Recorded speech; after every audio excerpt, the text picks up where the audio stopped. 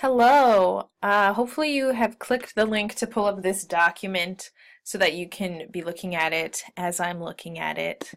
Um, but this is your assignment for Breaking Away. So, like I said, we'll watch the film and then we write the paper. I tend to give 3 days in class to write the paper, just because if I tell people to do it outside of class, it ends up getting rushed for the most part and it doesn't turn out well.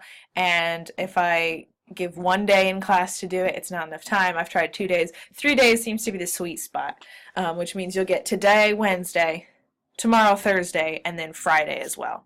So you'll want to come with a draft on Monday. Then usually we take a day or two to edit them together or do various things with them before you submit them to me for comments. And then I'll leave you Google Doc comments, really detailed Google Doc comments, and then eventually you'll get the paper back and you'll get to edit it for the final portfolio copy. So that's the plan. Please keep in mind that the length for this first one is 1.5 to 2 pages minimum. It can be longer than that, but it needs to be at least that long. We start pretty short. They'll get progressively longer throughout the semester. This first one is more of like a test run of how do I write a full analysis that's more than just a paragraph. On the whole, your Place Beyond the Pines paragraphs were fairly impressive.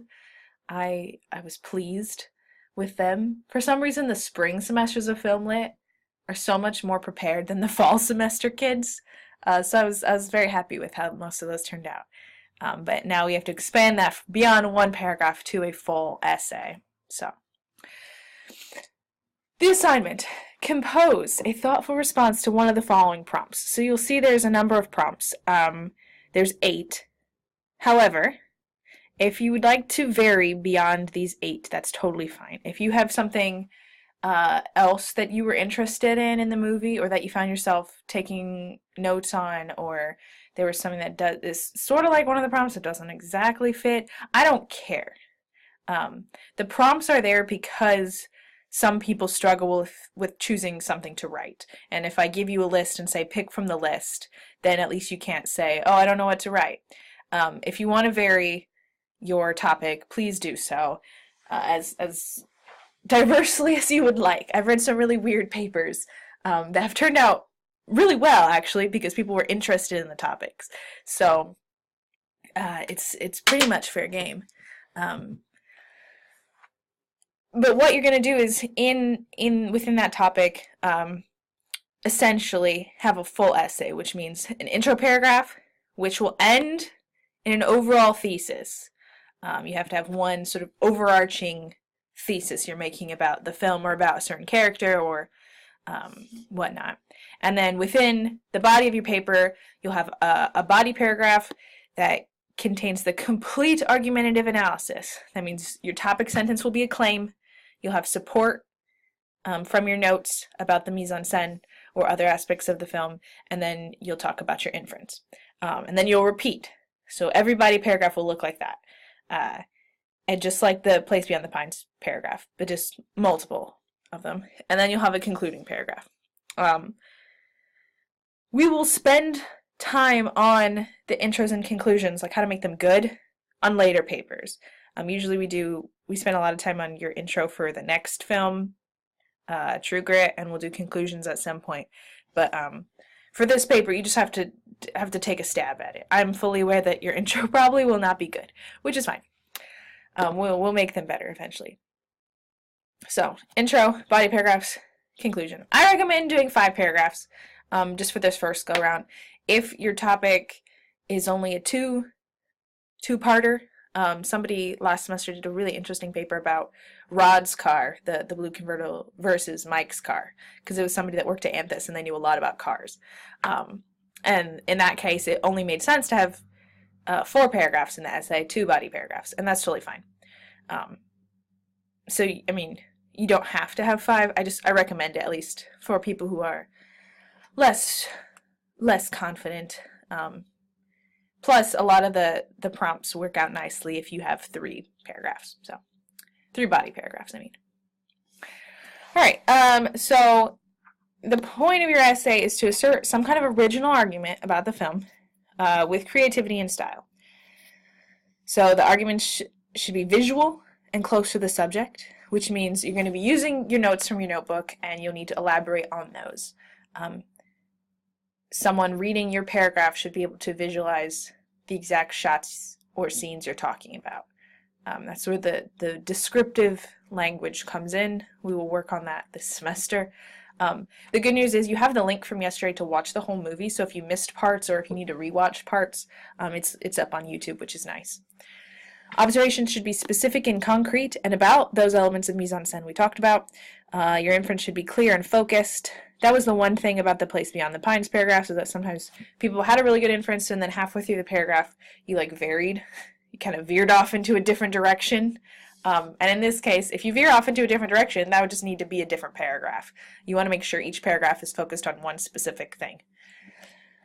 Yeah, so the prompt topics that are suggested, the first one is just picking 3 different characters to look at, and then you can either compare them, pick 3 that have some point of similarity, you can contrast them, relating them in some way, but the tip about this prompt is you cannot cover Dave as a whole in one paragraph. You have to pick specific scenes, like maximum of 2 probably, because otherwise it just gets so broad and general. People are like, oh, he's Italian, he wants to be Italian, he's got family problems, blah blah blah, but they try to put too much in it and there's not anything specific. So that's why I suggest you should do a close reading of scenes, 1 or 2, about that character within the paragraph. But that's an option, and you can pick any characters in the film, major or minor, as they might be. Number 2 is picking a single character and then looking at a different facet of them in each paragraph, or looking at a different scene in each paragraph. And again, your analysis should be focused on the mise-en-scène for that. I've had some really successful papers from this prompt. Prompt number 3 is settings, so picking 3 settings. You could do the quarry, you could do Dave's house, you could do Moocher's house, you could do the cafeteria union where they get in the fight, and if you choose the setting paper, hopefully it'll be automatically mise-en-scène, because that's an aspect of it. Alternatively, you can pick one setting. There's lots of different quarry scenes that change tone, for example. So if you want to do your whole paper on the shifts in tone in the quarry scenes, that's also totally fine. But setting is the topic for number 3. Number 4 is looking at the music in the film. I recommend doing this one only if you are very familiar with music. Usually band kids can pull this one off. Or I think I had a girl in orchestra do a really nice job with this, because they can identify the instruments and the tempos and things like that. If you don't know a lot about music, maybe don't pick that prompt. Gonna have to take the car back is looking at props. Any props belonging to any characters are fair game. So like Mike's cigarettes, you could do Dave's bike, obviously, Dave's various trophies, if you wanted to. I'm trying to think what other ones. There's some nice options, but looking at props throughout the movie, really, alternatively to these prompts, you can pick any aspect of mise-en-scène. If you want to write your whole paper about camera angles, you could. If you want to write your whole paper about costuming, you could. It's pretty wide open, but props tend to work well for this one. Number 6 is looking at racing scenes. So comparing the emotions that are generated by the elements of mise-en-scène in any of the film's races.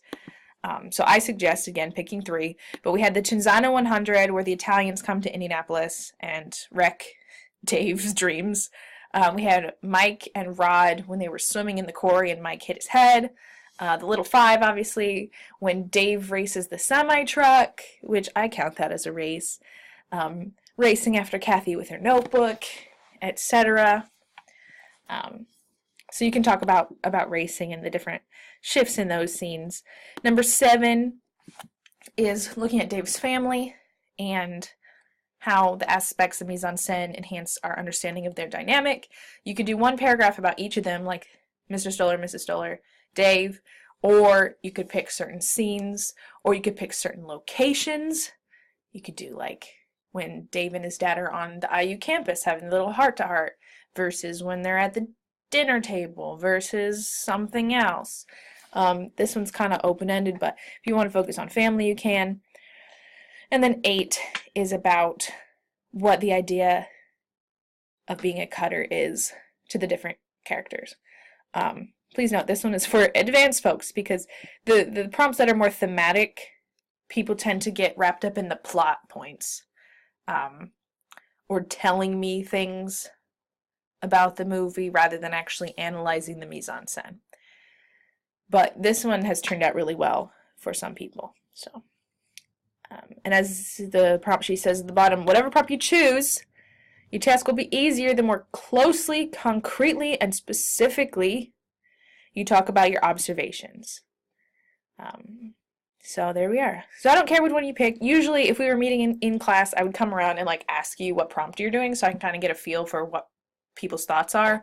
And if people want to deviate, sometimes they like to run that by me. So if you want to run your prompt by me or your topic that you're interested in, if it's not on this list, feel free to email it to me and I'll shoot you an email back with my thoughts. But very rarely have people suggested something and I've had to be like, that's not going to work. So there's some hints on the second page. I'm running out of time. The video is going to cut off at 15 minutes. So you can take a look at this, but basically make sure your topic sentences all have clear claims for your body paragraphs. Should have that. There we go. Write in present tense when describing the events in the movie. If your writing style is more informal, feel free to use personal pronouns. You can use you. If that's your style, that's your style. But please keep in mind you will need to still explain your observations as detailed as anyone else would. And then please, for the love of everything good, I do not want to see plot summary. I want to see aspects of mise-en-scène analyzed, and I want you to explain how they tie to your claim. So here's a general outline if you need it. So you have an intro ending with your general thesis, and then every body paragraph will start with your claim, explain your observations, and then discuss whatever inference you're making. So if you're doing like 3 different characters, you're going to be making a claim about that character's personality probably. So it'll be different every time. Same thing if you're doing different scenes. Your claim will differ based on the scene. But it's the same thing we did before, explaining your observations. And then at the end of your paragraph, you should have a section that ties it to your inference. And then you'll have a concluding paragraph. Here's an example of some claims for body 1, body 2, body 3. If I'm just writing about the quarry, you can read through that if you want. Notice I color-coded it because your claim should, as we practiced weeks ago, have an observation, in which case these are mentioning the setting I'm talking about, and then the inference, so how it affects the tone there. And then last thing is, I recommend doing the body paragraphs first. Oop, that should be a 3. Do the body paragraphs first because you're not going to know how to introduce it and you're not going to know what your general claim is until you've done the rest. So I would, if I was doing this quarry prompt, for example, I would write about the quarry scene at the beginning of the movie. I'd write about when they see the college kids there. I'd write about maybe the race. And then once you write out your analysis, you'll figure out, oh, this is what the quarry does.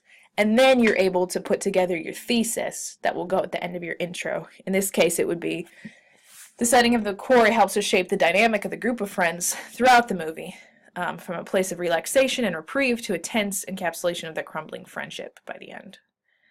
And I only figured that out after I figured out what I was going to do in my other paragraphs first. So start with your body paragraphs is my recommendation. But yeah, if you have questions, email me. Set a timer, work for half an hour on the paper today, and then we will continue working tomorrow and Friday. Draft is due Monday. Thanks.